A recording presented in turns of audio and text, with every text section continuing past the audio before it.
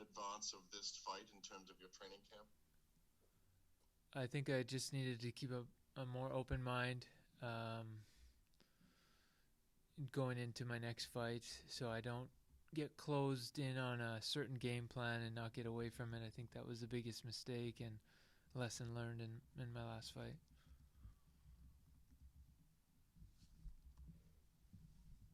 Thank you. Jonathan. Oops, sorry, I realized the camera's a little bit dark. How you doing, Rory? Good. Last year, you were able to make it to the playoffs, but you weren't able to make it all the way. What were you able to learn from last year's experience that you're going to be able to use this year? I think just being a little more relaxed, going with the flow, having a better pace through my training camp. There were several things that I adapted and changed for this year. Awesome. And your opponent himself, he has gone undefeated, 12-0 with 11 finishes. What do you feel like you need to do differently to get a win and do something that nobody else is able to do?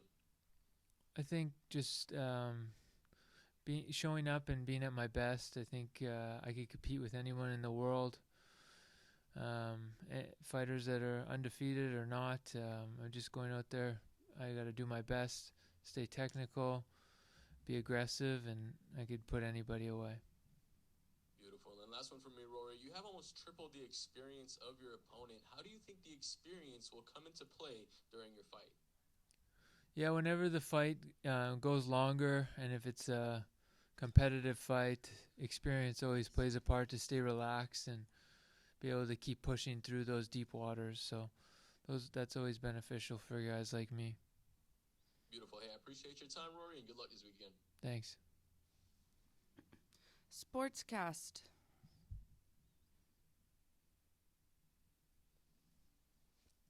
I'm Rory. First of all, how are you? Good. How was your training camp? Very good. Nice. First, one UFC question. Nate Diaz has booked against Hamza Chimaev. How do you see that fight will play? And what do you think? Can Nate win this matchup in later rounds? I think Hamzat has got a lot of advantages going into that fight. He's the clear favorite, but you can't count guys like Nate Diaz out. He's a dog, and he'll fight to the very end. What do you think about Hamza Chimaev? Is he a little bit overrated? Because much media is focused on him than Shavkat Rakhmonov, who has more wins in UFC and wins against tougher competition in UFC. I don't think Hamza. Many people are hyped around Hamza Chimaev. I think he is a good fighter, but not as good as they think. I think he's very good. The thing is, when you're fighting professionally, a lot of it is what you do outside of the ring, and that's what gets you the attention, and you get pushed up the ladder faster if you can be a fan favorite in and outside in the cage, and Hamzat's been able to capitalize on that. Nice answer. And last one for UFC. What do you think about fighter payments in UFC? Should fighters create fighters union like players do in basketball, football, and other sports to have a better payment? Well, the fighters have tried to do that in the past, but it ended up falling through, just because a lot of the fighters that were interested in doing it, when push came to shove and when things got serious, and people would have to make sacrifices for a little while, a lot of guys dropped out of it, and it just didn't have any gas in the tank. So unfortunately, for fighters, we really depend on each and every fight and the money we bring in. So for us to take a back seat for the greater good of all of us to get paid more and form a union, it takes a lot of joint sacrifice in starting something like that, and it's just a very difficult thing to do in this sport, just because it's such a um, personal sport. There's no teams or anything. Everyone's out for their own. So it's a very difficult thing to do. Do I think it'll be good? Would it be good for us? Yes, absolutely. But the last attempt at it just kind of it didn't work out. Thank you for great response. You fought in Bellator, you fight in UFC. Now you are in PFL. Can you tell us which promotion do more for fighters? Which promotion has more care for fighters?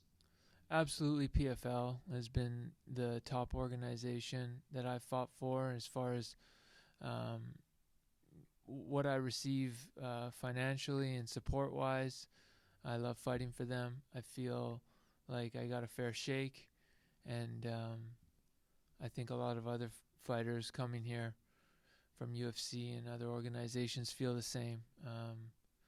It's a great league, and I feel like there's serious people behind it, and it's a great team, and I think PFL is a bright future.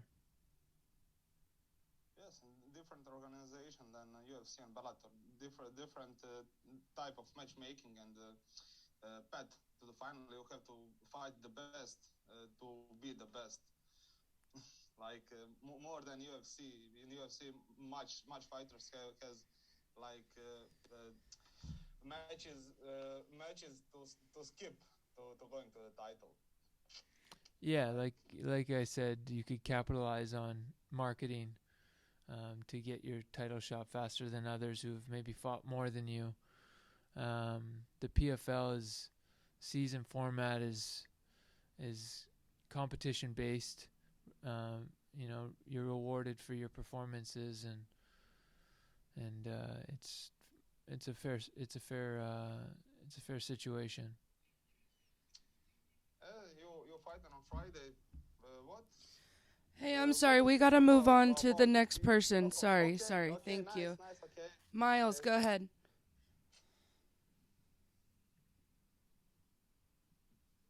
Hey Rory, Miles from Brookie's Basement. Hope you're doing good. The last time you fought an undefeated prospect, you were victorious over Neiman Gracie. What do you have to do on Saturday to repeat your fortunes? I think I just have to stick to being technical and aggressive. Make sure I get in control of the fight and work my way to the finish. And you unfortunately missed the playoffs in your first PFL season.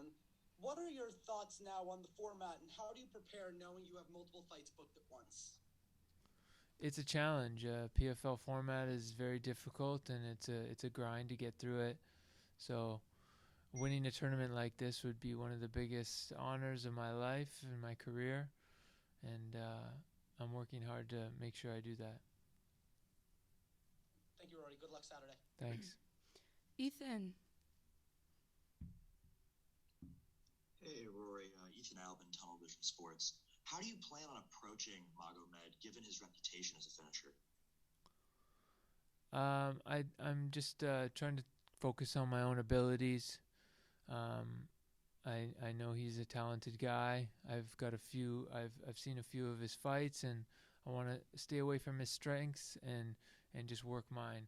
And I think I have a lot of skills that I could put him away in, and I'll just try to keep the fight in that direction. And one more question for you. This fight will be your 33rd professional bout. How much longer will we see Rory MacDonald? I have no idea. I just go one fight at a time. Thanks, Rory. Thanks. Neil, did you have another one? I did, thank you. Should introduce myself, Neil Davidson from the Canadian Press in Toronto. Rory, you're still a young guy, but you've been at this for a long time. I was just wondering, what is your stress level these days as you approach fight night? I'm feeling pretty good. I'm having a good time in Cardiff. We got beautiful weather, and I'm feeling pretty relaxed. Um, I'm in a good headspace, so I'm not too stressed at the moment. Good to hear. Thank you. All right, Eddie. Hey Rory, it's Eddie with 5bananas.com, and I wanted to know between Carlos and Saudi Boy, seeing you get the win here, who do you want to see next in the finals? Would you rather get the rematch, or would you like to test yourself against the Challenger Series, Carlos? I think I'd like to have a rematch against Sadabu. I think I have a better performance in me, but both are great fighters. I'm honored to compete with both of them. I mean, Leo had a great performance against Ray Cooper, who beat me last year. So, both competitors will bring the best out of me. Awesome. And I have one fan question from James Howell. Shout out to him. He wanted to know, how has the adjustment been with the new puppy in the house? It's been awesome. Kids love him. He's a great dog. Just getting through that potty training stage and just enjoying a little new addition to the family. Awesome. Thank you so much, Rory, and good luck. Thanks. Dylan. Hey there, Rory. I appreciate you making some time. My pleasure. I'm just curious because your opponent's unbeaten record has kind of been mentioned. I was reading an article where it was kind of talking about your unbeaten run prior to the Carlos Condit fight. Do you think this is going to be kind of his Carlos Condit moment in a sense? Yeah, it definitely could be. And also, I'm kind of curious where you were training, because it seemed like you were getting in work at Sanford MMA, which is Killcliff FC now, but it seems like Austin, Texas, and Montreal are kind of the main areas. Like, whereabouts, like gym-wise, have you been working between those locations? Yeah, so just at the beginning of this year, I made the move to go check out Austin, train with Tim Kennedy and guys like John Donaher and New Wave at Roca, and I really loved it there. So I've spending most of my time there and in Montreal at TriStar. But I still have a great relationship with the guys at Sanford or Killcliff now, and Henry Hooft and the coaches there. So I'm sure I'll spend some more time training there in the future. Yeah, for sure. Appreciate the insights, man. Thank you. Neil, did you have one more question? Oh, I'm good. Thank you. Awesome. All right. Thank you, Rory. Appreciate your time today. Thanks, guys.